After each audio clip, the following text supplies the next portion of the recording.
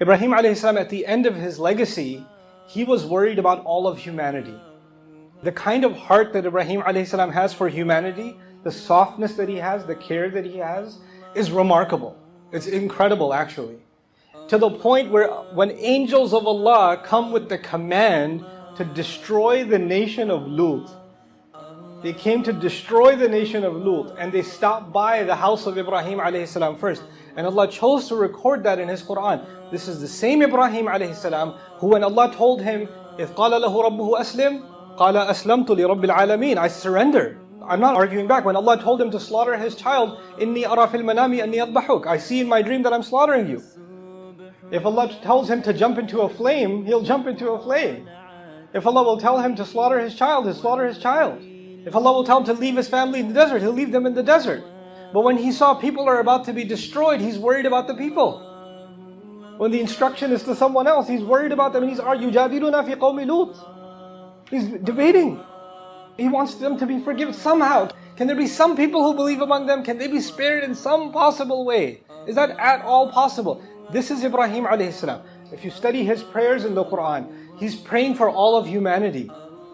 فَجْعَلْ أَفْئِدَةً مِنَ النَّاسِ تَهْوِي إِلَيْهِمْ. He's referring to an-nas, all of humanity.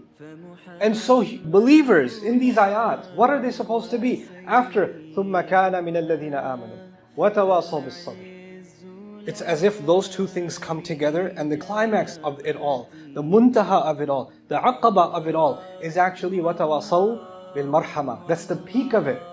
That's the top of this peak. And which is what? They counsel each other with and to al-marhama. Marhama comes from the word rahma. Love, care, consideration. I lived in this city, so I know. Look out for number one is the way to go. Even when you drive, you're cutting somebody in, because if you don't, somebody else will. When you're getting into the subway, you're going to push yourself in. Everything is about you. You better watch out. Everything's about protecting yourself and yourself. And you know what that does? Over time, it makes a person jaded. So they don't see the difficulty of anybody else. I can't care about that. You could even find to the point where somebody's lying injured on the street and 1,000 people walk by.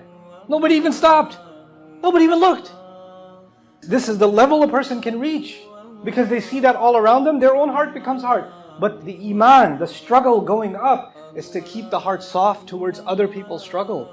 This is why the climax of it, وَتَوَاصَوْا بِالْمَرْحَمَةِ أُولَٰئِكَ أَصْحَابُ الْمَيْمَنَةِ. And these are the people who counsel each other to keep their hearts soft, to show mercy, to show care, to be empathetic, to try to understand where somebody's coming from, to understand